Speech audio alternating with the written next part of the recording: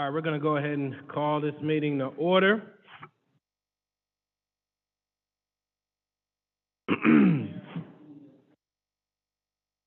Yep, here at 11:01 for the August 15th Elyria Planning Commission meeting. We are live streaming this meeting currently on YouTube, and just FYI, and we'll start with a roll call. Ms. Whitney? Tom Aden. Sam Battle. Here. Barry Hubbard. Jim Onderco. Here. Don Calvert. Here.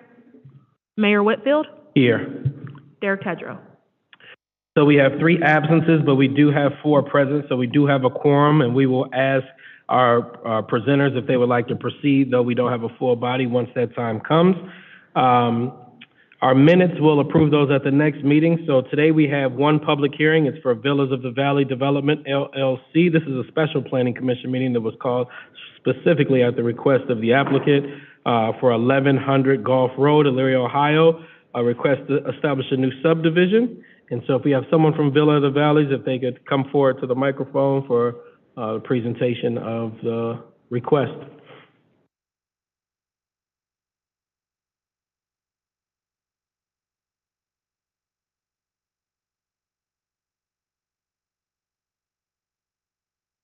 So if you could state your name and address for the record. Dave Kohler, 130 West Streetsboro Street, Hudson. And would you, are you representing Villa of the Valleys? Yes, I am. Would you like to proceed today with today's public hearing, though we don't have a full body, but we do have a quorum? Yes. Okay. All right, so do you want to give us an overview of the request today? Okay. Well, when we met last time in March, we asked to have it tabled because there were several issues that had come up from a zoning and engineering standpoint related to the plans that we had submitted. Subsequent to that meeting, we hired a new engineering company to design the project for us and address those issues. We had several meetings with the department heads within the city to just get their take and discuss their issues and so forth within the project. As a result of that, new plans were developed, considerably more detailed than the previous ones, and we think those plans address pretty much all the issues that came up in those hearings, or in those meetings rather. I'll keep it kind of brief. I think everybody's pretty familiar with the project. What we're proposing is a residential subdivision, okay, on 35 acres, which is contained within 195 acres, which was the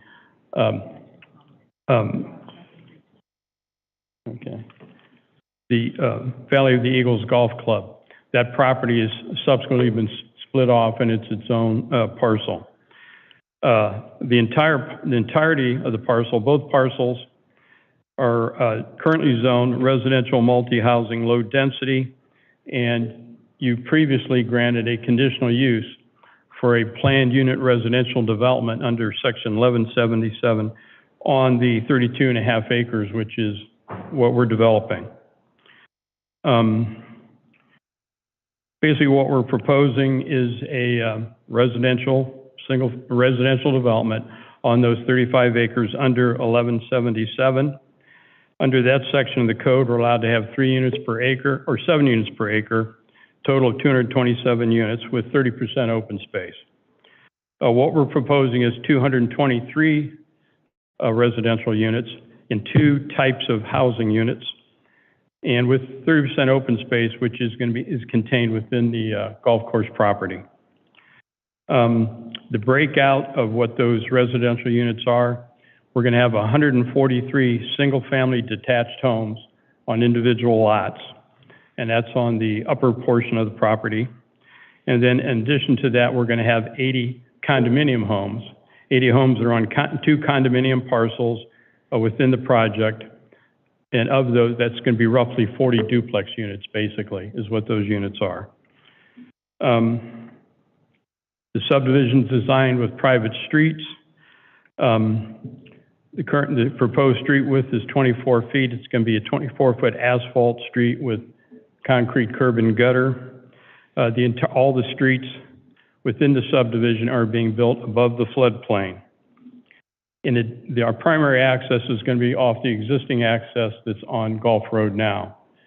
But in addition to that, we're going to be constructing a secondary emergency access. Will have its own entry again off of Gulf Road, which is going to be gated and going to be used only for emergency access. That secondary access from Gulf Road all the way back is also being constructed above the floodplain. Basically, all these streets and building areas within the subdivision will be located above the floodplain.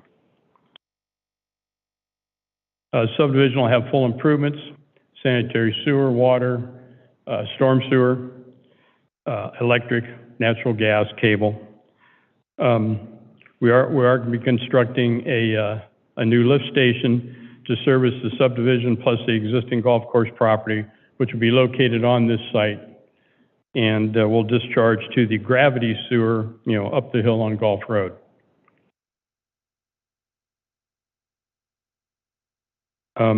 We are requesting a variance for the 24-foot paving width. Under the ordinance, 22 feet is the minimum street width for a subdivision. However, in this case, the city had said if we want to have on-street parking, then we would need a variance from, I thought it was 26 feet, but now I'm being told it's 28 feet down to 24 feet if we're going to have on-street parking within the subdivision. So that is one of the variances that we're requesting. In fact, I think that's the first one that's listed on the agenda.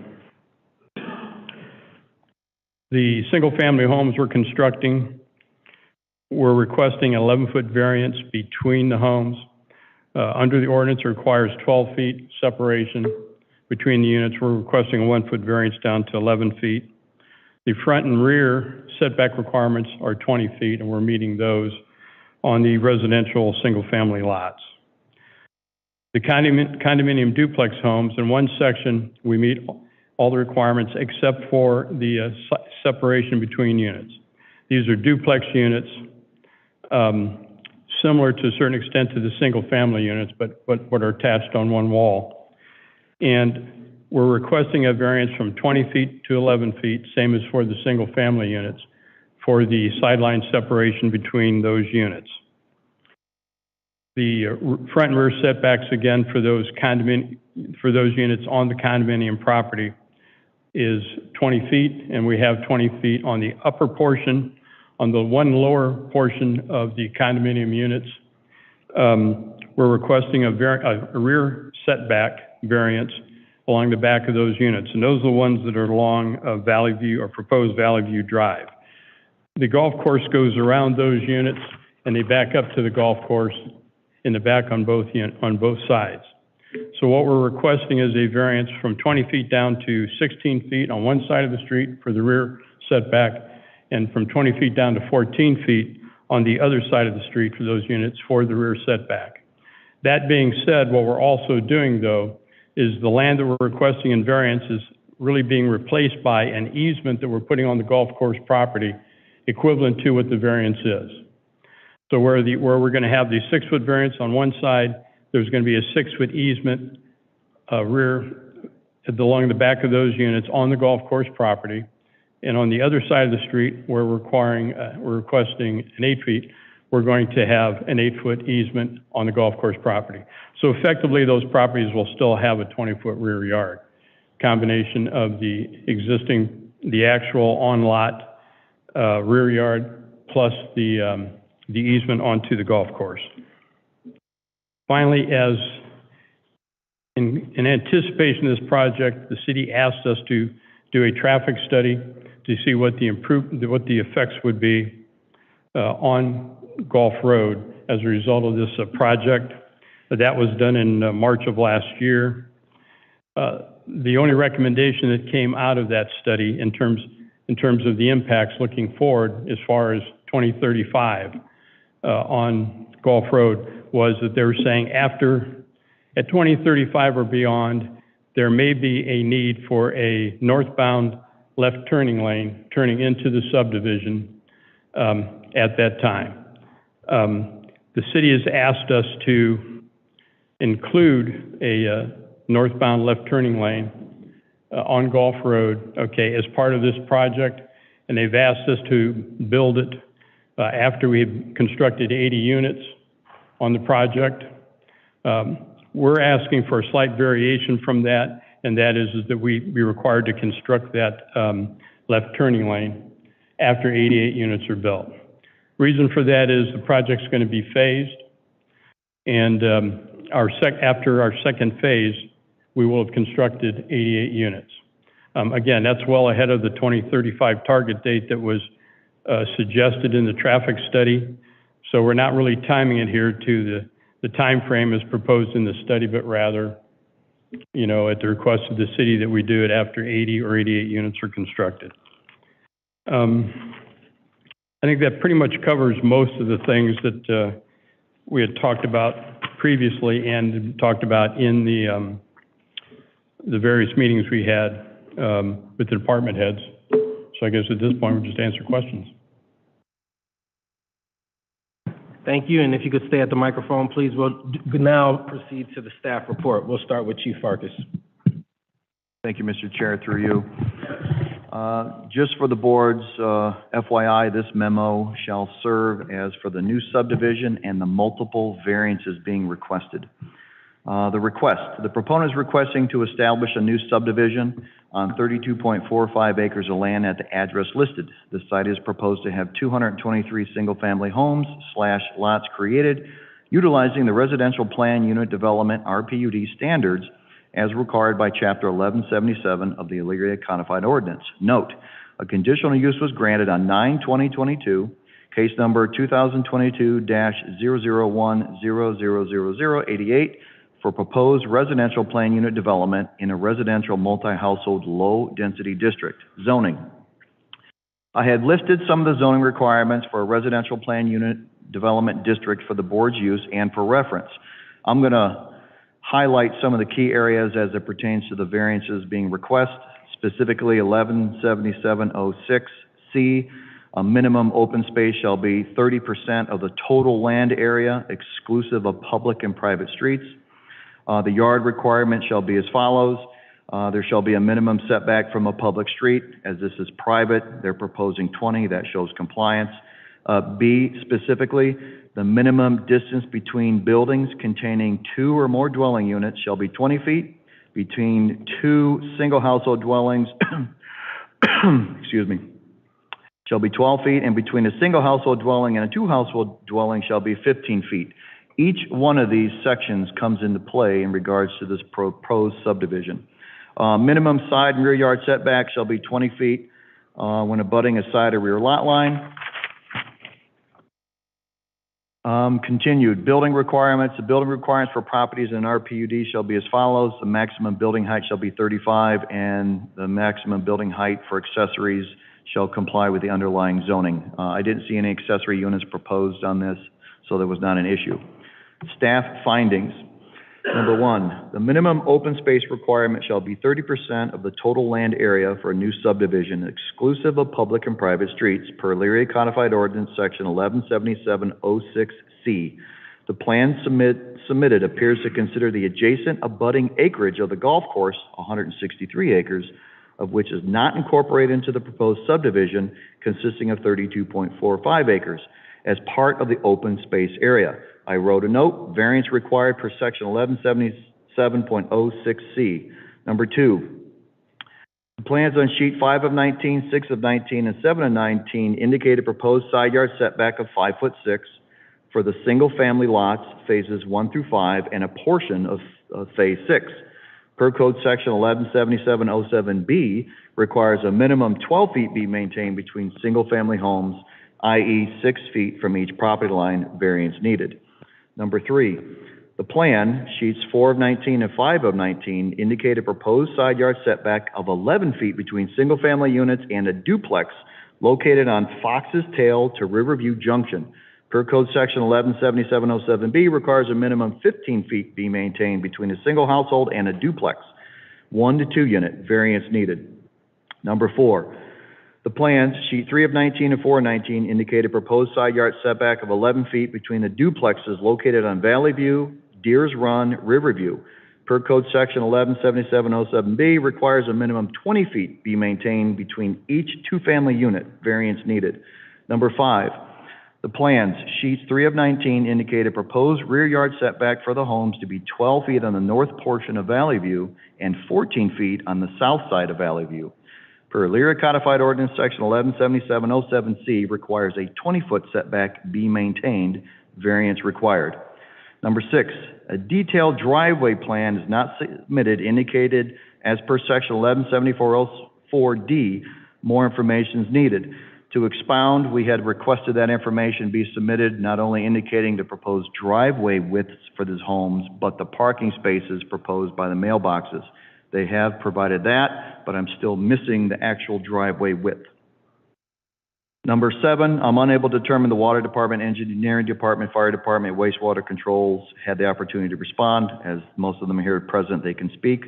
My recommendations: due to the compact design of the subdivision and number of variances being requested, the proposal does not meet with the spirit or intent of the zoning code and would set a precedent if passed. I therefore will rely on the board's discretion moving forward. Thank you. Thank you, Chief Farkas. Report from engineering. Mr. Schneider. Thank you, Mayor. For my report, I'd like to try to keep it more discussionary rather than just me reading what I've written. The project here is kind of laid out the way engineering looks at it is in 2 different types of scenarios. You have a lower development, which is in a floodplain, and you have a higher development area that is outside the floodplain, but also poses its own challenges to construct. So in regards to the lower area, it is in a floodplain, 100-year floodplain. The base flood elevation is 615 feet, and at 615 feet elevation, you cannot build anything under 615. That is per our ordinances. City Engineering Department, because we are the floodplain administrator for the city as well, we've imposed a 2-foot additional on the overall developments, which pushes it up to 617 feet. The developer has essentially complied with all that to move everything up to the 617 feet, and except for a small portion of the main drive going in, it is above the 615 feet, which is required. The 617 feet, it does not meet that. We are willing to allow that for this because it's only 200 feet roughly, as well as there will be an emergency access drive as part of this, which will be totally at the 617 feet. So we are allowing them to, within that small area, give them a little bit of discretion to get to where the elevation they need to. The compensatory storage calculations for the project, we did receive those. It is within the amounts that have been determined previously when the golf course had been redesigned. They had put in some additional lakes, enlarged a couple of lakes. So they do have the compensatory volume to put fill within the floodplain. That is a requirement. The calculations are roughly 1,300 feet of fill going in the actual floodplain elevation. And then I believe the compensatory storage created by the golf course was right around 4,000. So there's a significant amount that they'll be able to work within. So that, which is one of our main concerns, has been addressed. But even to fill in the floodplain, you're still going to be required to get, certain approvals from state level agencies, FEMA, things of that nature as well. I believe a Clomar F is required by the state of Ohio to fill within a floodplain. So those type of, permits will still be required as well. Is there any questions in regards to floodplains? Hopefully I haven't lost you. Okay, keep going. Moving on to item 2, which the fire department will probably expound on. The names of the roads within the development, there are a few that are very similar to some in the city already. We have They have Valley View as one of their roads. We have a Valley Boulevard. So, and it's in close proximity to the actual golf course, as well as Deer Run is to Deer Crossing within the city already. Fox Trail, we have a couple foxes in the city, so there are a number of streets that are similar, not exact, obviously, but very similar. And I know, like I said, the fire department, I know they have some additional ones they want to talk about. The original development, as Mr. Kohler has stated, is 223 units. It's proposed over 6 phases. The plans that submitted show phase 1 having 26 single-family units as well as 80 duplex condos. I know this puts us at the 80 mark, which Mr. Kohler had talked about as far as requiring the left turn lane on Gulf Road, which we'll get to later as well. Now, the developer has submitted something in the past few days to adjust that, just so the commission is aware of that, but that just came through recently. Street lighting, the plans do not show any street lighting. This is a requirement of our earlier codified ordinances as well. The developer also has in the past couple of days submitted something that for street lighting. Now, we have waived street lighting in the past on private property as far as developments, but that's something for the commission to think about as whether they want that or not. There's challenges out there with hills and things of that nature. The development will require a homeowners association with bylaws to determine what is their responsibility and what it isn't, and as well as a developer's agreement with a bond, for the public improvements that they are required to put in. The roads, as Mr. Kohler said, the streets out there are private. The entrances into the neighborhood starts at Gulf Road. It actually goes through the golf course's driveway first, and then into the private drives that will be owned and maintained by the homeowners association. One of the things I have not seen in regards to this is you'll hear a lot of is the easements and agreements that are required to maintain these roads. Whose responsibility is to plow, whose responsibility is to resurface, what about the bridge? There's a lot of things there that are just unknown at this time. As far as I know, I have not seen anything on that, but these are some items that need to be addressed. The proposed street is 24 feet wide. Which I believe it's through the fire code, requires a street greater than 26 feet in order to have parking on the road. Our ordinances require a 28-foot width. So they want to go lesser, obviously, which will require no parking. One of the concerns engineering has with not having parking on the road is the driveways used as part of development are very, very short. There's no additional spillover parking in the development. So for visitors or things of that nature, it could pose an issue in the future.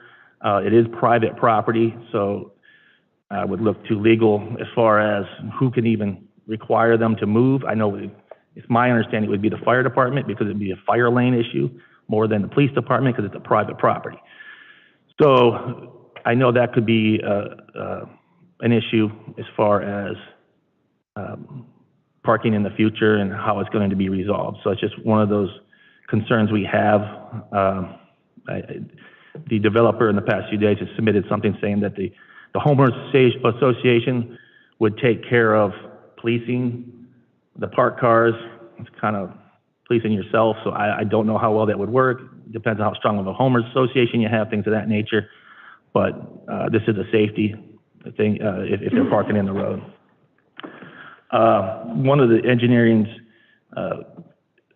in regards to the emergency access drive, things that we're strongly against, the developer is proposing to essentially put the emergency road in an ODOT recycled aggregate, which could be it's a stone of some sort, whether it would be asphalt grindings or recycled concrete, I don't know.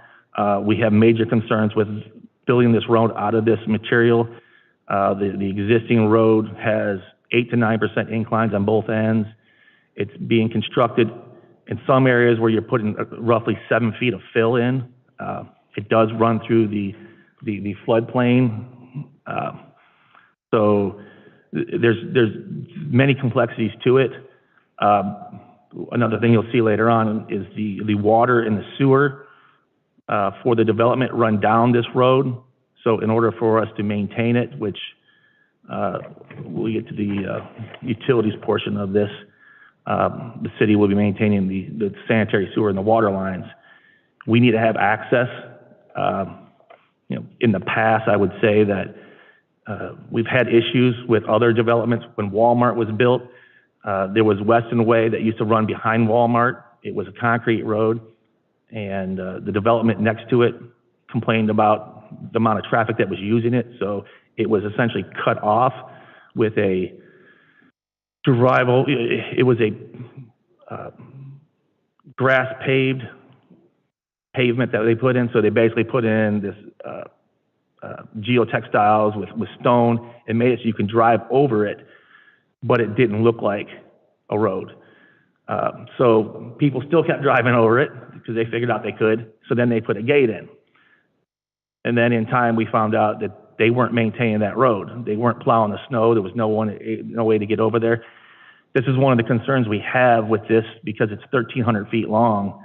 This isn't just a few hundred feet. This is 1,300 feet long with some curves and hills and things of that nature that we believe that the emergency access road needs to be a paved surface, just like the roads throughout the development. The proposed development plans to install limited sidewalks throughout the development. There were no sidewalks on the lower half. There were only sidewalks on the upper half. It did run along the entire center line on one side of the road. So there is some way for pedestrians to get around. There is no way to get pedestrians from, let's say, the clubhouse up the hill unless you walk, it appeared, in the roadway. So, these are some concerns we have as far as, they don't meet later codified ordinances. Once again, Planning Commission has waived sidewalks in subdivisions before. They've allowed some subdivisions to put sidewalks on one side. Some of the compromises in those developments were to install walking paths behind, as well as other amenities throughout. So it's really up to the Planning Commission as far as what you see best for the development. In regards to the Gulf Road, Mr. Kohler, as he stated, is correct. The Gulf Road turn lane is a requirement by engineering. One of the things that the design or the engineering study did not take into account as part of the overall turn lane was the fact that it's built on a hill with many curves, and we've all driven it for the most part, so we know the challenges of your limited line of sight, things of that nature, and the study was more so designed for your typical roadway. It did not take that into account, so we have to take that into account, and that's why we're requiring the turn lane be installed with the 80 units. As Mr. Kohler said, that they've requested to go to 88. I'm not opposed to that. That should be fine, but we need to have it in no matter what for the safety of the residents. One of the things that in the conceptual design, it really didn't show how it was going to be constructed as far as the impacts on the neighboring creek. We did get some revised drawings that did show a retaining wall, it looked like, for in areas where it might be required, a retaining wall to keep us out of the floodway. So that's a good thing, and but it will have its challenges in itself. One of the things the plans did not take in that I did not see in regards to the private roads is the access to the existing golf course. It appears to be running near the parking lot and may be removing some parking spaces. It just showed one entrance in, but I don't know how it's going to impact the rest of it. So I think that's something that we need to know as far as how that's being impacted. In regards to the proposed water system, it is a loop system. It does meet as far as our overall guidelines, as far as length, size, things of that nature. So the city, provided it's built to, our standards, and it's my recommendation that we take control of it, as we are in the water business, and that's our specialties, as well as the sanitary sewer. There are 2 lift stations included in this development that, as long as everything's built to our standards, I'm fine. One of the things that we're going to have to provide as part of the overall design, because it's in a floodplain, it will need to be flood-proofed as far as making sure none of the joints leak, and that it's not your standard construction. So things of that nature will need to be addressed during the design process. The stormwater, in regards to the stormwater of the overall project, the plans show storm sewers on the upper half only. It doesn't show any storm sewers on the lower portion within the floodplain. The sewers did not include any type of outfall, so I have no idea where they were going to go. In the past day or two, I did receive a revised drawing that does show a couple quick connections to some of the existing ponds in the golf course, which we overall knew was going to probably happen. Just how it was going to happen, we didn't have those type of connections. One of the things that, once again, in regards to the overall plan with the development as well as these other utilities, they show easements on the plans, but we don't have any type of language for some of them. Now, a standard utility easement, that's nothing. But when it comes to the stormwater and you're draining through, you have a new development draining into ponds that are owned on a private development. Now we need to have agreements in place to make sure maintenance is done properly. An item that, will need to be addressed as well is water quality. We don't have any water quality type of information for this. It can be handled in the design. There's many ways to do it. You could put bioswales in, you could put in engineered water quality structures. There's lots of ways to handle it. Just how it's going to be done, we don't know at this time, which is just one of those many things that I think that we need to get from the developer, which can happen during the design as well, some of those items. But the agreements for maintenance of everything that's constructed that crosses property lines, things like once you have golf cart paths running through the development, are the homeowners association going to maintain those? Is it the golf course? It's just those many little things that I think that we need to think about in the overall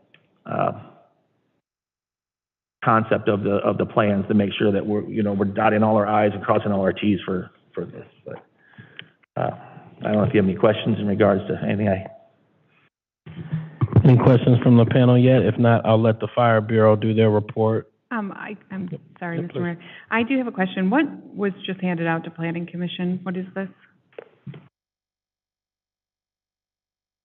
Hi, this is Angelo Corno, Villas of the Valley, LLC. What was just handed out to you was a couple revised sheets that were submitted to multiple departments, specifically engineering, on Monday, so I believe this was yesterday. And that's just going to show a couple things of the street lighting plan, some storm calculation, so it's the overflow into those basins in the back. That's compensatory storage calculations, And compensatory storage. not stormwater calculations. Okay, we'll keep proceeding. Has staff had a chance to review this? They just got it yesterday. Yeah, so it's part of the submittal, but you've not had a chance to review? Just want to double check. I looked at the compensatory storage calculations because that was one of my major concerns, because I had not had those, any type of calculations. Those appeared to be reasonable. I'm not going to say they're accurate. I think there was some some assumptions made in one of the areas that was faulty, but overall, I think there's going to be plenty of compensatory storage to accommodate the requirements. But once again, in regards to the ponds and maintenance agreements and how it's going to be maintained, I have nothing on easements other than what they show on a drawing that just says utility easement, which is pretty standard. But there's more than that when it comes to maintenance now between adjoining property owners when you share facilities. Thank you. All right, we'll report from the Fire Prevention Bureau. Good morning, everybody. Am I on? Okay, thank you. Good morning, everybody. Jim Roth, Fire Inspector, City of Elyria. I'm the acting fire marshal today. Chief Gall is off.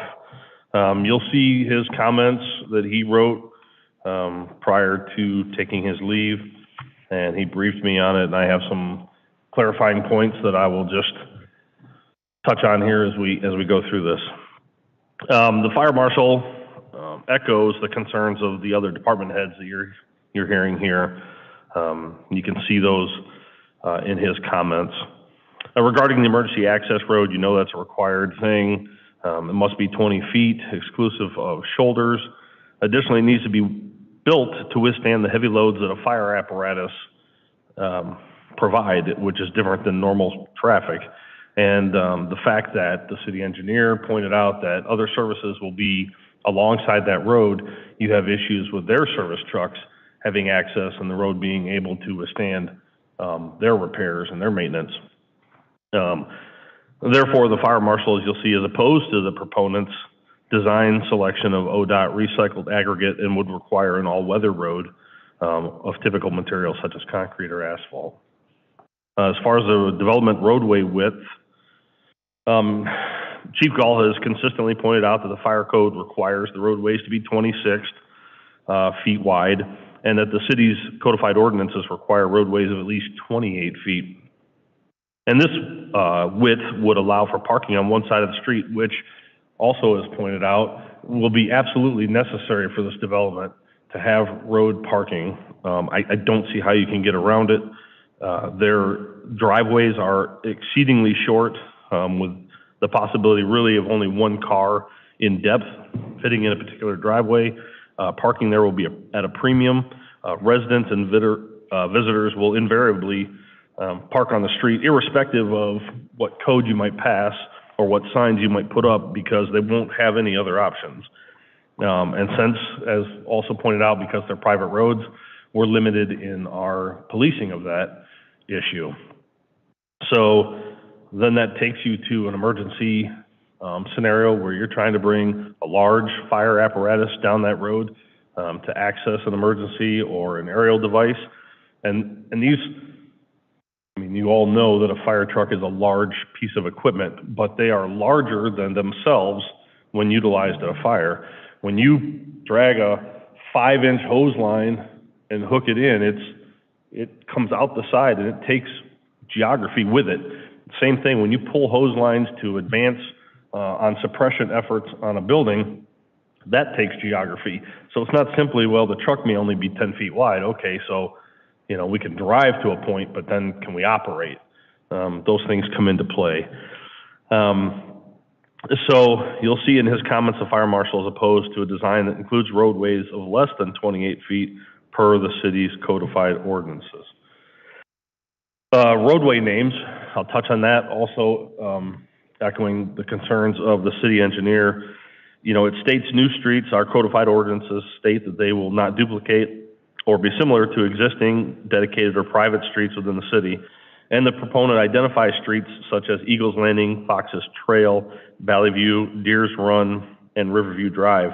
And the city already has an Eagle Circle, Fox Hill, Fox Chase, Fox Run, a Valley Drive, a Valley Forge Circle, a Valley Forge Lane. We have a Deer Crossing, a Deerfield Court, and finally we have a Riverdale Court, River Run Drive, Riverside Drive, and we have two complexes named Riverview Plaza and Riverside Homes. Additionally, this is not something Chief Gall pointed out in his remarks, but came to me in our meeting. that we had internally, as we discussed this, and that was that, you know, regionalization has become a real thing in fire service. We have a large fire, we bring people from Lorraine and Ridgeville, and they do likewise. It's not unusual for us to get a dispatch tone and have to go to another city. So it's not just the code may specify City of Elyria names shouldn't be similar, but if you're looking just outside the city at places like North Ridgeville and Lorraine and the township, I think you'd not want to mimic streets there because your 911 dispatchers have to sort through that and make sure they're dispatching the correct departments to these emergencies. The fire marshal, in his comments, says that Riverview Drive itself is superfluous and could easily just be an extension of Red Tail Way. And in general, the fire marshal recommends that different names are selected. Just in general, it's not my job to pick your names, but I mean, there's tons of names of different golf courses that Jack Nicklaus himself has developed, like Muirfield, courses that he won tournaments at, famous golfers. I mean, there's a myriad of options, I think, that you could use that would be nice there, in lieu of the ones that were initially selected.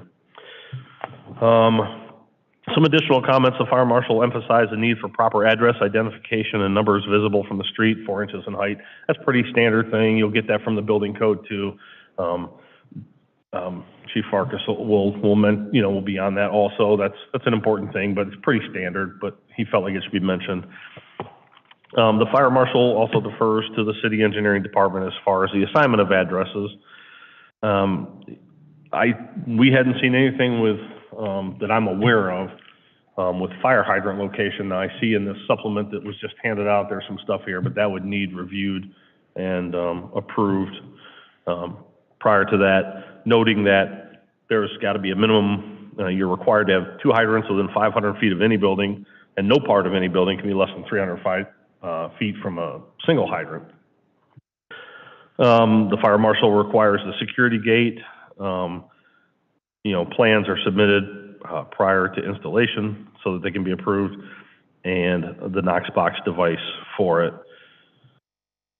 The fire marshal's last comments on this thing, it says, I encourage members of the planning commission to carefully consider the proposal as planned and know that you're deciding how police and fire will provide medical, fire, and other calls of service to the subdivision, and not just on obviously mild sunny days, but during severe conditions. I would add the comments as the acting marshal that I echo his sentiments, and I echo the verbiage specifically of the chief building official, Daryl Farkas, that the sum of the variances requested do not meet the spirit or intent of the city's codified ordinances, nor the Ohio building or fire codes.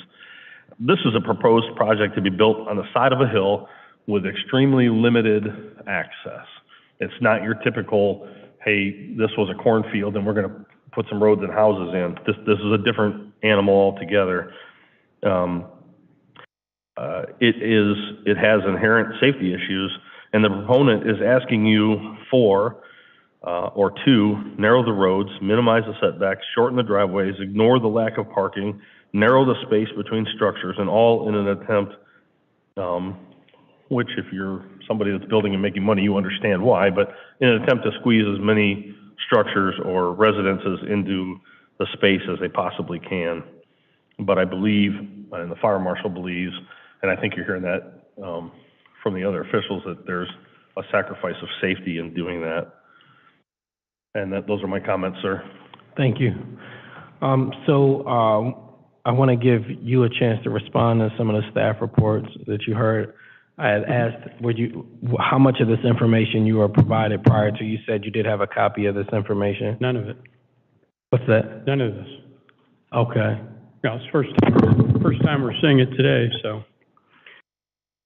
And again, but we did have several meetings in which where the fire marshal was present, some other folks, and some of this stuff was discussed. I do have some comments in general. And I guess the street names and so forth, that's well taken. I understand what you're saying there. Go to the easy stuff. The street lighting, one of the things we just submitted to you shows street lighting based on dedicated street lights at the intersections. At the previous meeting we had, and we discussed this, what I'd mentioned is that our intent is to utilize the First Energy's standard streetlight program, okay, that they have elsewhere in the city, where they're responsible for the maintenance and so forth, the billing of electric and that. That being said, hasn't been discussed and maybe you're not aware of, is that each of the homes being built here is going to have its own post light, okay? So the reason we're only showing street lights at the intersections at this point, that would be considered a minimum because those are intersections. If based upon, after First Energy looks at it and their people look at it and say, okay, when you take into account the lighting that's being provided on the individual units, okay, post lights that they're going to have by their driveways, what additional street lights they recommend at that point. So just I want to share my reaction to everything that's transpired so far. So when I hear your presentation, and I hear the staff reports, and I think about where we were in March, or even before March, when we were talking about this, it seems like we've gotten further away from the goal than we have gotten closer. So my thought is around how are we getting further away from the goal? Is one question that's burning in my mind, and the other piece that I'm looking at is that we have a list of 20 plus concerns here, and I know what you were just addressing was the lighting, which when it comes to my vote, that's something that's not the highest priority of all of the things listed. It's not the biggest public safety concern I have, or my biggest development concern. So I guess one of the questions for the staff would be, what are those top priorities in terms of this list of concerns that you have from a zoning standpoint, from a fire standpoint, and from an engineering standpoint? I'll pause with that question. If you were to have to prioritize what were the top two, what would you say are the largest concerns that you have? Mr. Chair, through you, the top is the open space requirement, as there is none, or none has been provided. If they're accounting for the adjacent space of the golf course, I don't know what that looks like. I don't know if that's a part way off to the north. Is that something surrounding the subdivision? The intent is to give you some elbow room, some open space. I have used this analogy before. This subdivision is shoehorned in here. It is wall to wall. They're asking for exceptional amount of variances. Number two would be the distances between buildings, specifically the duplexes. Our duplexes have a 20-foot setback. They're asking for 11 feet. It is really tight. It is against what our typical subdivision standards are. Okay. And from an engineering standpoint, what would you, and Ms. Wang, I'm going to call on you in a second, but from an engineering standpoint, what would you say are the top two or three concerns that you have? At this time, I have a few of them, obviously. The emergency access roads, I think that has to be paved. I don't see how that can be anything but pavement in order to be emergency, in order to maintain it during the winter and plow it, things of that nature. It has to be maintained in case there's a problem. And then the other thing would be, parking. I just think there's no parking out there for all these houses. I don't know who'd want to live out there and not be able to have people come over to your house because you have no parking. The driveways are 20 feet long. In the areas where you have a sidewalk, now you're 16 foot long, and without blocking the sidewalk. Once again, private property you can't be ticketed for that, but you're still blocking the sidewalk that you're trying to utilize as part of this. And then just the agreements and easements, I think that's a critical thing for future when we're all gone and someone has to maintain a bridge or maintain a road, just making sure everyone knows what their responsibilities are. And once again, if you put it all on the HOA, who would want to live there again if you've got to pay for everything that has to be done out there? So those are the kind of things I'm looking at that I'm concerned with. But. Okay, thank you. And from a fire prevention standpoint? Yes, sir. I hesitate to speak directly, to put words in the fire marshal's mouth, but as his acting voice, I would say we would echo the top three are that access road, and knowing that it's well done, the roadways coming in, and the various setbacks and separations. If you have a fire, you don't want it moving on from house to house to house. If you've seen a couple of fires like that, it's a humdinger. And so those three things. I know you asked for two, but those are the key. When you start talking about road naming and Exactly. location. I mean, they're important. Don't get me Exactly. wrong. You don't want them sending emergency services somewhere in North Ridgeville when Exactly. they should be in Elyria. Exactly. They're important. But these three items, you hear consistently from every department head Yes. mentioning the same types of things. And I appreciate you pointing that out, because that was the purpose of trying to distill this down to the priorities, because I didn't want us to spend time talking about names of streets and Yeah. lighting when there's much larger issues to address, so. Yes, sir. Mayor, can I just add one thing? And again, have no vote, not trying to influence anybody. We've had 5 engineers submit plans over a year, and the reason we don't get back to them immediately is each plan requires a review. We have comments. Then we get another plan. Then we have to comment. Then we have to have another plan. There's very limited windows from when their plans are submitted. And in this case, I think Mr. Corney acknowledged they dropped paperwork off yesterday. So, I mean, there's only so much time the staff can actually get together and each plan. Normally, when we've had a development, can have a different engineer, but we have one. If we have issues, they come back at a second meeting and we hopefully work those out and get it moving forward. Our problem in this situation, I'm not picking on any person or entity, we just had change after change after change, which has required review after review after review, and each review requires a different commentary. I just wanted to make sure that it was understood that we weren't not getting back to you with our comments. We have to wait till we get the plans, documents, some of which came yesterday. We had our meeting, but we have to wait till we get everything assembled and then put together, these individuals put together their reports, and that's why it isn't immediately communicated back. And even if it is communicated back, there's not enough time to make resubmissions. If there's one, we can handle that as part of the process. If there's multiple, it becomes much more difficult. I just want to make that clear as to how the process works from our internal standpoint, since I represent the different people here. Thank you, Jim. Back to the Well, developers. I would say that works two ways. My understanding was, we had a meeting about a month ago with department heads and so forth. We discussed all these things, and that we were going to get back in short order, okay, and well ahead of this meeting, we were going to get these reports, which again are being handed to us now, okay? A little tough for us to do that. We don't have a crystal ball. We can't anticipate which things that we talked about in those meetings are now going to be handed to us again in a slightly different form at the meeting. But if I could address some of the key issues that you're talking about, okay? As it relates to the emergency access drive, there's some, and I think we tried to clarify yesterday, or Monday, for John, we're not just putting stone out there. That road is going to be designed per, the U.S. Department of Transportation has a design manual for gravel roads. That is roads constructed of granular material. It takes in all the things you're talking about, everything the fire department's talking about, okay? These roads, in terms of their bearing capacity, in this case, 20,000 pounds per axle, I think that's probably what the fire chief is talking about, E20 road, okay? The design of that road, the width of the road, the grade of that road, the way it's maintained, okay? It's a road, okay? But in this case, it's going to be dual purpose. It's going to be the road that's going to be used, who knows how frequently, if at all, for emergency access, okay, and a golf cart, okay? When you start changing that design, when you go beyond a design for a gravel road, and again, the only reference here to ODOT recycled materials, that's one of the materials that the U.S. Department of Transportation, if it's properly graded and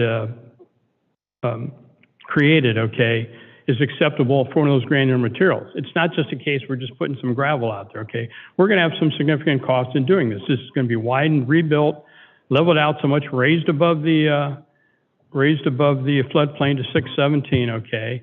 We have certain maximum gradients that can be on that road. All those are in the U.S. Department of Transportation design manual.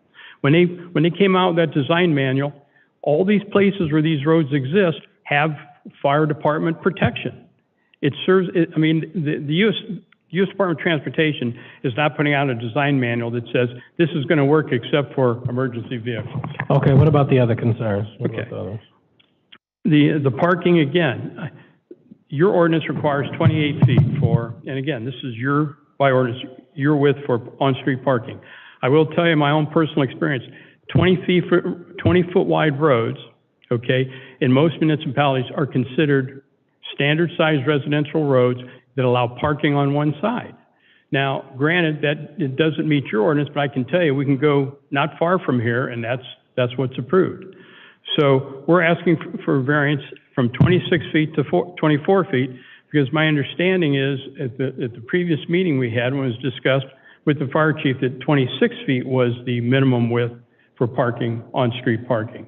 So we're asking from 26 to 24. If that's not acceptable, then we are going to, we're not going to allow parking in the street. It's going to be marked that way, okay? And an interesting thing is you mentioned that the police department does not have the ability to enforce those things.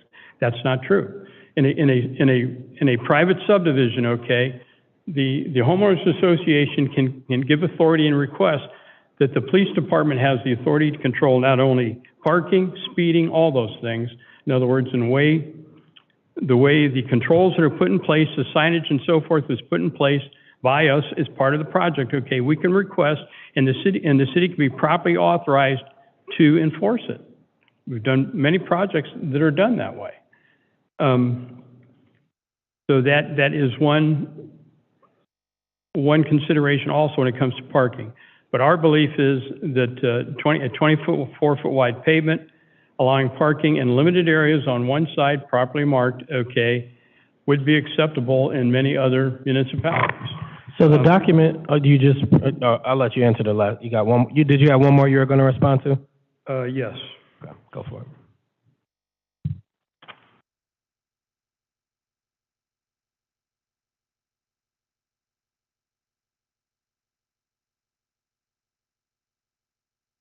Well, those are, as far as the easements, we understand we had a lot of discussion about easements, and it has been some discussion, I believe, Mr.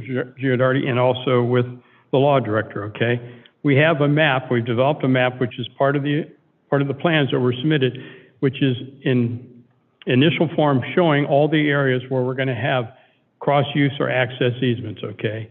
The actual easement language, okay, that's gonna describe who's responsible for the maintenance. In most cases, anything regarding access or street access into the subdivision is going to be the responsibility of the homeowners association, and in certain areas also of the golf course. There's a shared responsibility there. But in the event that one of them doesn't do it, okay, the final thing that's provided for is the authority for the city to go in and do it, okay, and then assess the properties if they have to do it. That is a back end. That's just an out in the event that the homeowner association doesn't properly maintain it. But all the things we're talking about, yes, the primary responsibility within the subdivision, including those utilities, is going to be the homeowners association. In areas where there's crossover, like in the case of maybe golf carts that go across the subdivision, okay, that would also be a joint responsibility with the country club, with the golf course. I also would like to mention that the easement language has actually been provided because oh, I'm sorry. This is Janet Wang. I'm with Valley of the Eagle Golf Course. In the past, we actually have already ironed out the responsibility on maintenance issues, and that has been addressed in one of our prior amendments that we have signed, and that a copy of that has been provided to Mr. Taylor and Ms. Calvert several weeks ago, and as well as the open space dedication on meeting the 30% open space. And we are actually proposing to dedicate one of the smaller parcels to satisfy the density, residential density. And that's been provided to you, Mr. Taylor. Okay. I'll open the floor for our commission members to ask their questions or comments. Mr. Anderko? So just a couple questions. On the distance between the properties, the origins of that requirement, were they from a privacy standpoint or from a safety standpoint? Because, you know, I could see wanting separation from a privacy standpoint, but I think the comment was made about the spacing and the ability for a fire to spread from one building to another. So I'm just curious why the city has that in place in the beginning. And then for another question from the safety standpoint, we talked about the distance or the need for the width for a fire truck.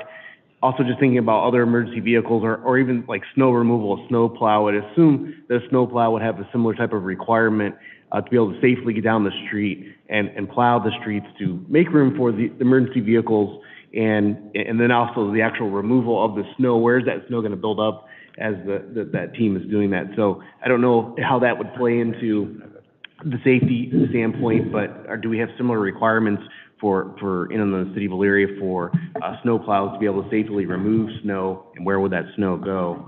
And then for the developers, just a curious question, just the actual design of the of the development, and I wasn't privy to some of the early discussions on the layout of this, but was the original intent, was there originally thought of what the requirements were of the city, and was there a layout done to try to originally meet the requirements of what the city is asking for?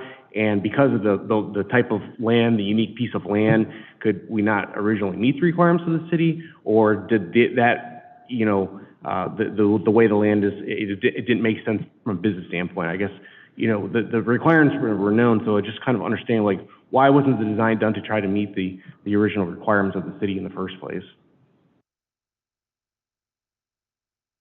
First off, the requirements of the city vary. If this was done under a PUD, under the PUD section, it talks about a 10-foot separation between single-family units. Section 1177 states 12 feet, okay? So there's some discontinuity there. You've got two different PUD ordinances. Both have a separation for single-family units, okay? One says 10 feet, one says 12. This one says 12.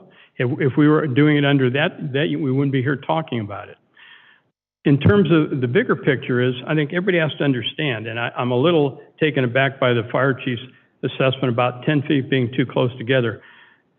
That's a pretty standard separation all over, even within Lorain.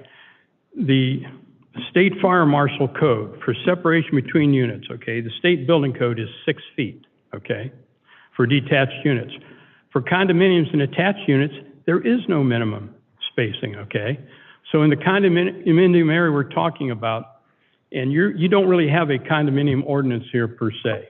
So we're applying your ordinance for single-family housing, okay, and projecting it to a condominium situation. If this were a true condominium, these could be attached units. If they have 1 hour fire rating, okay, anything less than that, then they only have to be separated by 6 feet, okay, if it's a condominium. In this case, we're separating them by 11 feet, okay? Vastly exceeds the state fire code, okay? Vastly exceeds the building code, but because you don't have a condominium ordinance, in other words, for those two parcels, and say now, we want to apply your condominium zoning, which you don't have, okay, to those projects, that's what we'd be doing. Instead, we're using the same separations and so forth as relates to if these were single-family homes on individual lots. So I guess when you're saying applying the city standards, we're applying it as best we can. There is some conflicting requirements, okay, in those standards. What we're proposing, we think, is well within good design practice from both the siting and development, okay, based upon other projects, even existing projects within the city now that were approved a long time ago, and new projects being pretty much approved anywhere that I'm familiar with in Northeast Ohio. So yes, we did take all that. There's a lot of things to take into account here, and as best we could, we've tried to take every one of those into account to a reasonable standard. Chief Farkas. Chair, through you, for some clarity and basically to dial it in, we're dealing with two distinct zoning districts. We have the base zoning, which is RMHL, which the setbacks were referenced, but a conditional use was granted to do a residential plan unit development. That is what we are on, and that is the setbacks we are stuck to doing. They can't pick and choose what zonings they want to suit them based on condominiums or cluster homes. They have chosen a residential plan unit development. It is specifically designed with blinders on to meet those setbacks. To answer your question, sir, in regards to why does the zoning code differ from the building code in essence, when you have a duplex side by side, you lose a side yard in lieu of a single family home. You have one on each side of your house. That was taken into account in regards to the design to give that person a double down on their side yard to give them more space. It is specifically intended to give you elbow room. Again, these units are proposed to be very close to one another. Shifting and putting on a different hat from a building code perspective, I reinforce and mirror what the fire department's concerns are, though I can't say no from a building code perspective in regards to the lot separation. It does raise a concern to have all these houses so tightly compacted and condensed. If a fire were to break loose, what kind of separation and what kind of control could be maintained? I'd like to speak to that. I have a question for you then. How do you define a condominium? So you're saying you cannot have attached condominium units within the city? Just to establish some order here, so a part of my initial comment was, how do we get so far away from the goalpost? And trying to work this out and create a work session out of a planning commission meeting isn't gonna work. So, I think a part of what the procedure is we can continue on with and seek proponents and opponents of this and go for a vote, or you can decide to table this and continue to work out whatever needs to be worked out to get this closer to, what the staff may recommend. But again, there's a vote. We don't know there's 4 folks up here. They may vote, to what you would like them to vote. But I think we're at the place procedurally where it's time to get proponents and opponents and go for a vote unless you want to table this item. And I'll give you a recess. Let's do a 5-minute recess. You can talk with your team and then we'll go. All right. Okay. So 5-minute recess. We'll reconvene at 12:15.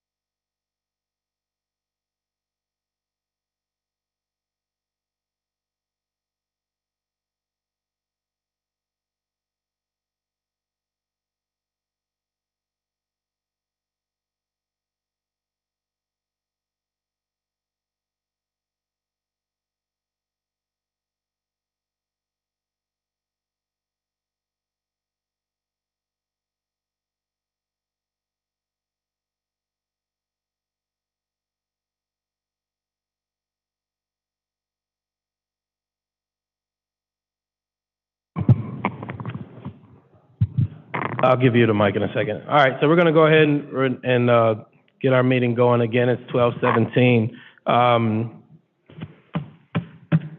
So we are going to go ahead and proceed with the vote for today. So a part of what I want to make sure we clarify what we are and are not voting on, because there's a number of items here that we'll be voting on. The first item that we'll be voting on is to establish a new subdivision. That does not entail the variances that are being asked for that subdivision. But I thought it'd be important to clarify from a chief building official and from our attorney what it means to approve the establishment of a new subdivision. So, yeah, Pastor. Mr. Chair, to answer that question, you have to first meet the requirements of a subdivision. And as mentioned in the report, there's very key specific elements. John has mentioned it, Fire Department has mentioned it. For myself, in order to have a subdivision, you have to have the base minimum open space. So in my opinion, the very first thing would be getting the variance moving forward for the 30%, of which at this point, I don't know where that's coming from. So, Chief Farkas, so I thought when Ms. Wang came up, she addressed the open space concern that existed. And I guess one of the questions I have is, can we approve can we say we don't or do approve? Just say we do approve. Can we approve a subdivision and then address each variance one off? Or are you saying we don't even have enough here to be able to approve a subdivision? In order to have that subdivision, there's certain specific criteria, and one of those is the open space. I didn't have that conversation with Mrs. Wang. I think Mr. Taylor may have. But my first question in my report was, where is this open space? Yep. Is it attributing to the subdivision, or is it way off in the back? I think they have a response to that. Mr. Giardini, if you want to state your name and address for the record. Anthony Giardini. I'm an attorney, and I represent Valley of the Eagles, the owner and operator of the golf course. We thought we did address the open space issue. If the commission will remember, one of the things you did when you approved this project and the lot split is you have the parcel down below close to Golf Road where the condo units are going to be. And then you have a strip of land that's going to be the roadway that goes up to the top where the single-family detached housing is going to be. In between that, to the north of that road, are two fairways of the golf course. There's a parcel. So the golf course has ended up with two parcels of land because our parcels got split to accommodate one of the other things the city wanted, which was one continuous parcel. There's, I think, more than 18 acres of land, and I presented to Mr. Taylor a few weeks ago a open space easement that we were granting to the developer. And that easement basically says that the owner of the golf course will permanently and forever maintain that space as an open space. So to the extent that that's a technical requirement of the city, I think we have met that. Okay. That is not a problem from the golf course's point of view.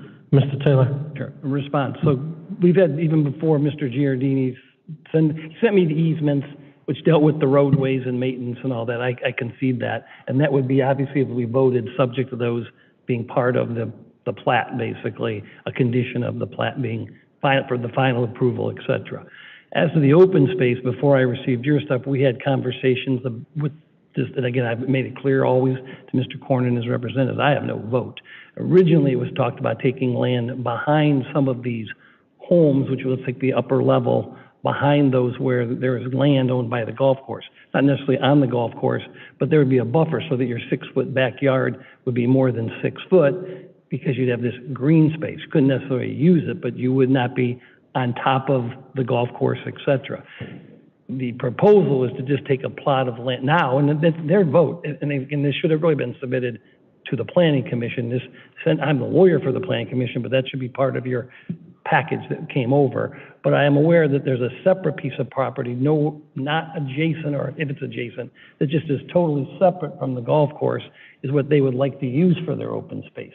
You can accept that, but it's not a piece of land, that is your vote, it's just not a piece of land that runs behind the golf course, behind certain homes. And there are certain places, as Mr. Giardini pointed out, you may have the fourth fairway, you can't donate that into the open space requirement, but there are other places near that aren't on the golf course. And again, it's your proposal to submit, not us to necessarily define. And again, our initial conversation many months ago was for that open space. Some of the discussion was that could you possibly place it behind these homes where it was possible, where it existed.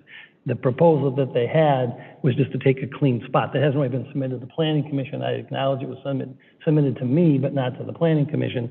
So you would have to decide, would you like, as the Planning Commission, to allow a piece of property unrelated pretty much to the development to be the open space to meet the 30%.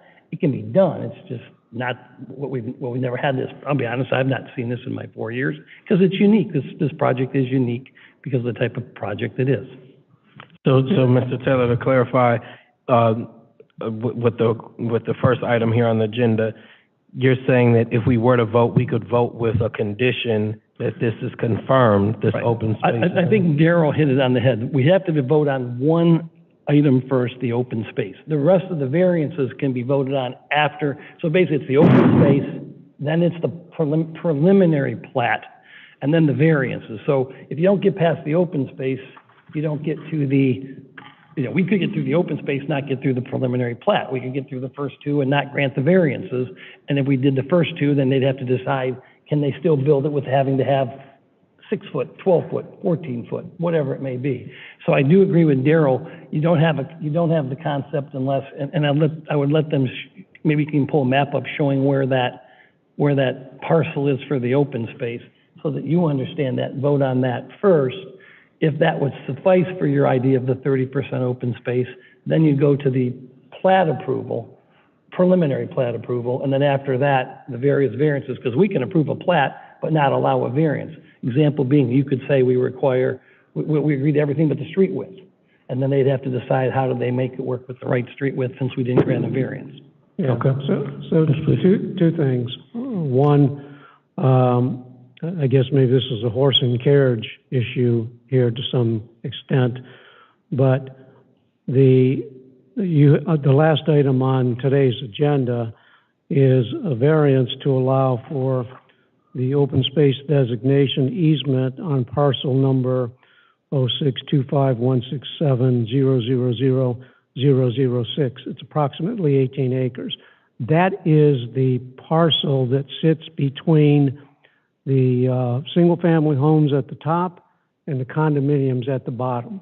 So it's not remote from it. It's directly between the two parcels.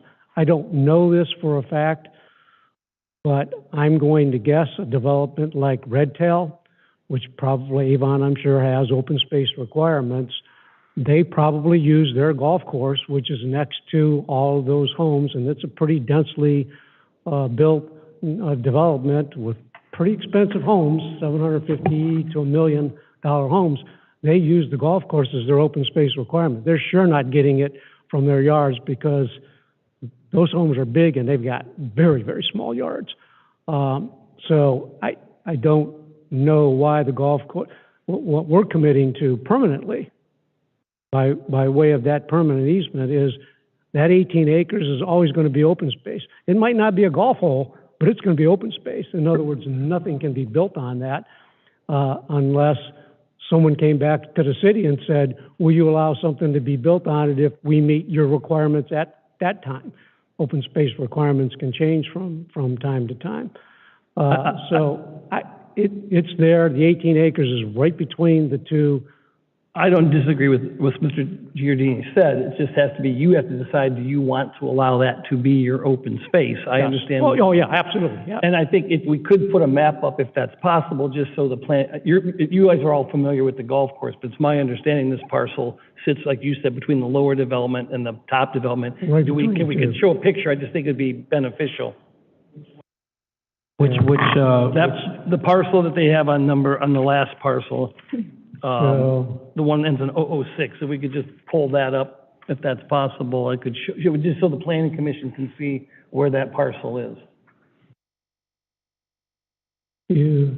Which document, Jim? I'm not sure which one. I'm not sure that's on, do you gentlemen or folks have a map that goes into we that have a- area? we They should a have one. map. Is it on their big? We could go to the county auditor's site and just put it up there. Okay. Again, normally that would have been submitted with the packet. It wasn't. Mr. Giardini he did send it over. I don't disagree. Yeah. But it wasn't made part of the submission. The parcel that we're talking about is when you come into the development to the left.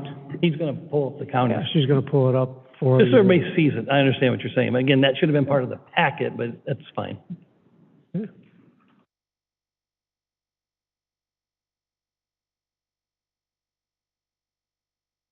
So we're pulling up the area right now. Thank you. Thank you, Whitney. Mr. Chairman, may I ask a question of Yes, Mr. please. Taylor while we're Yes, going please. this? I am still a little bit unclear. If we are to approve the subdivision, if this body would approve the subdivision and the green space requirement, but vote no on the variance request, what are we authorizing? Does the developer have to come back with a new submittal? I would imagine that not approving the variances is going to dramatically impact the plan that has been brought forth to the body today. So with the creation of a subdivision, what exactly are we approving and what would the developer have to come back to Planning Commission for approval for? We'd have to approve the 30% variance being part of the golf course, which was always a commentary that was made, just wasn't put in their submittal packet. And then if we agree that there is a 30% open space that we will allow to be based on an easement from the golf course, as Mr. Giardini said, it may not be a golf course, but that acreage would have to be recorded as a permanent green space, okay? And then if that's done, then the second thing is the preliminary plat approval. And then they would, I assume, I can't speak for the developer, those variances, I would assume, would come into play whether the project can be done. So we would have the green space, we'd have the preliminary plat. Again, one could be granted. If one isn't granted, you don't get to two. If 1 and 2 aren't granted, you don't get to 3. And then when you get to the rest of the variances, those can all be either granted or denied. So you could allow one, but not another. That would then require them to go back to the drawing board to resubmit. If those variances aren't granted, then their plat doesn't work, because if we say you have to be 11 or 12 feet and you're 6 feet, they'd have to resubmit. We would have nothing to look at to see what they're going to do. Does that make sense to everybody? I think I follow it. To answer the question, I think that was raised, about the property that's, if you look at the map that's behind you, and you watch the cursor, this is the parcel, this is the 18 acres that the golf course has agreed to dedicate for the purpose, and it's an actual written easement that we submitted. It is, I thought it was a part of the package, because it's the last item on today's agenda. That whole parcel right there is 18.5 acres, and it is being dedicated to meet the open space requirements that the city has. My understanding is that's more than adequate to meet the requirements based on the number of houses. And it sits directly, that parcel sits directly between the single-family homes and so I can show you with the cursor. Up and up. Okay, so I can show you the parcels here. To my left is the single family. To my right, to the right is the condos, right there. and this piece is right directly between the two. It's 18.53 acres, and we're making that a part of the subdivision. What I thought we were voting on today was a preliminary approval of a preliminary plan on subdivision. I get the other issues, and those things can be argued about in terms of safety and not safety. We can only tell you that it meets the safety requirements of the state of Ohio in many respects. It might not meet what the city of Elyria wants or some other cities want, but it's not like these things are unsafe or they don't exist anywhere. The fire marshal, I think, does make a good point. The property is not a flat piece of property, and that is part of what makes it attractive, is that it has these commanding views of the golf course. And I think probably the market will tell you whether or not people want to buy those units. They're going to take all those things into consideration: elbow space, safety, being able to park on the street or not being able to park on the street. Those are things I thought would be addressed later on and not at this preliminary stage in terms of can the subdivision move forward. Yeah. So I guess I'm at a similar place in terms of going back to Jim's explanation in terms of today we're gonna vote on all these things, but we have the option as a commission to it doesn't mean we have to approve everything. You know, if there's certain things that we are more comfortable with than others, you can vote yes on those and no on others. But I think from a macro standpoint, I was trying to get at what could we vote on today that would allow us to continue to move this forward and address these detailed concerns later on. Mayor, through you have to vote on them all. Yeah, I mean, what could we approve today? Let's be. Well, again, it may not, we don't know till the vote. Yeah, that's what I said. What could we approve today? I just want to get, because there's a lot of information that's been shared today, and I just want to We go through one, the green space. I'm okay with going through the green space. It's not actually part of the development, so it doesn't really have to be in there. It should have been in their packet, but it's explained. It was put in the variance, so it's there. I'm okay with that. I disagree with Mr. Giardini in the sense that, because this is preliminary plat, we can work out these little things later. If it was one or two items or three items, I would agree wholeheartedly with what he said. We've gotten probably 20 different comments of different issues that, to meet the spirit of the preliminary plat, we can't say, well, we approve this plat, but we have issues regarding setback. I mean, the map to me doesn't work. If it was just one setback, I think we could talk about that. But we're talking about numerous, if you didn't, all those different variances and all those other safety concerns, which aren't part of the variances or other concerns that weren't even safety related. Gotcha. Those come into the first vote or the second vote when we come to the preliminary plat. So if those concerns affect your vote, then you turn it down at 2. We don't get to all the different variances. Yeah. You're saying we don't even get to the variance issues. We're concerned about all the other issues that have been brought up by the parties today. So I would recommend you vote on allowing whether you allow the green space or not. That has to be done before we can even have a plat vote. Then we do the plat vote based on all the commentary, and if we get to a yes on the first two, then you can vote on the other variances. Those can be voted down, and then the developer has to decide whether they want to continue to go through their project. Since they're not getting the variances they want, they'd have to come back with a redesign because they were turned down on whichever one it may be. All right, so with hearing that, we're going to need to move some things around in terms of our voting order. So the first thing on for the public hearing is going to be the request for a variance for the 30% open space request on parcel number 0625171101029. This variance is being requested with the open space designation easement on parcel number 0625167000006 of approximately 18.53 acres to support the residential units being proposed. Are there any proponents? Are there any proponents? Yes, we're in agreement that we move that to the beginning. Are there any other proponents?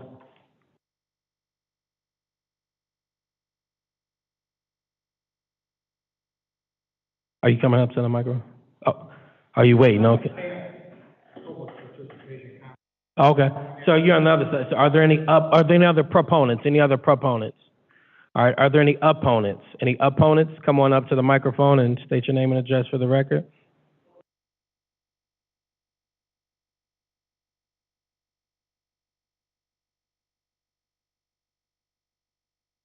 Kenny Oswald, 237 Pepperdine Drive, and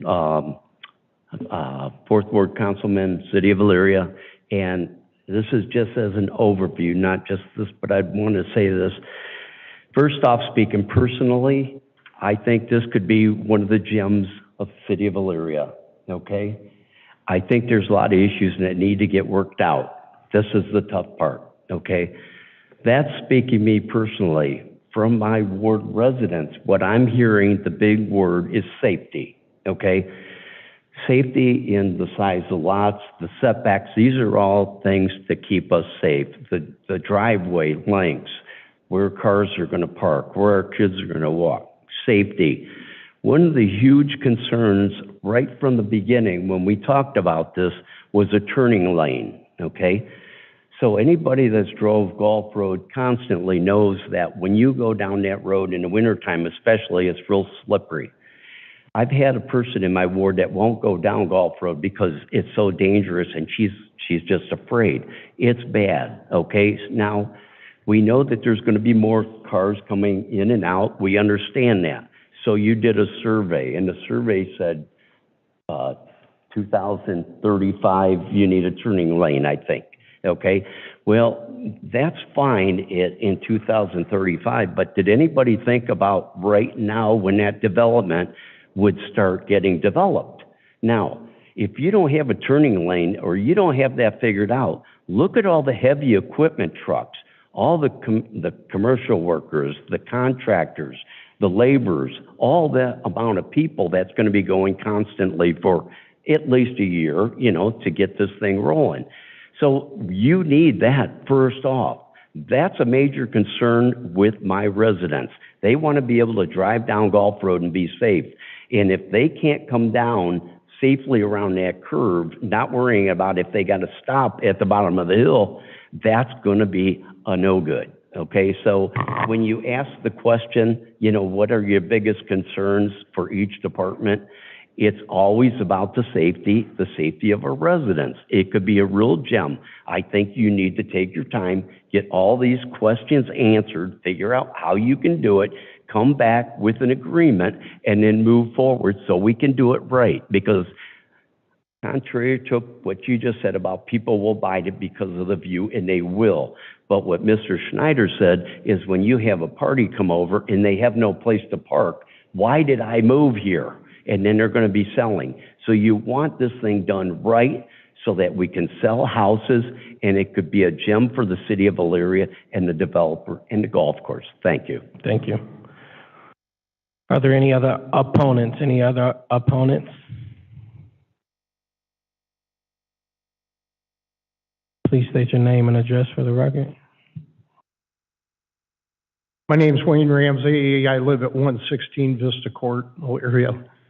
The first thing I'd like to address is the notification to the adjoining property owners. In the past, I have gotten the notifications, and I've attended a couple meetings. This last notice that was received at my address was to a previous homeowner that has been deceased for 25 years. So I don't know what we could do about that, but I would like to keep abreast of what's going on, and I don't know how we can fix that. I did contact your guys' phone number that's listed on here as far as the Planning Commission Secretary and tried to address it so I didn't have to come to the meeting, but I did not get a call back. Couple other things. The other two meetings that I have attended,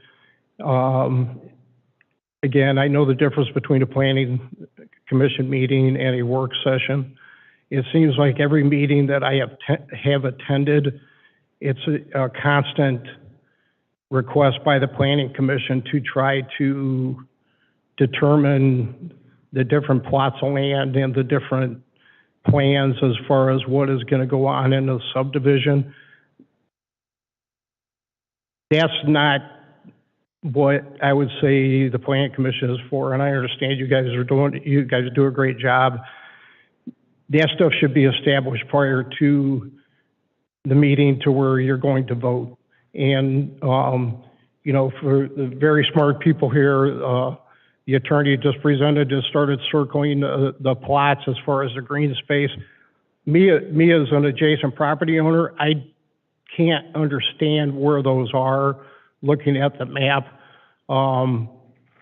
But just to say, well, this right here is where it's at,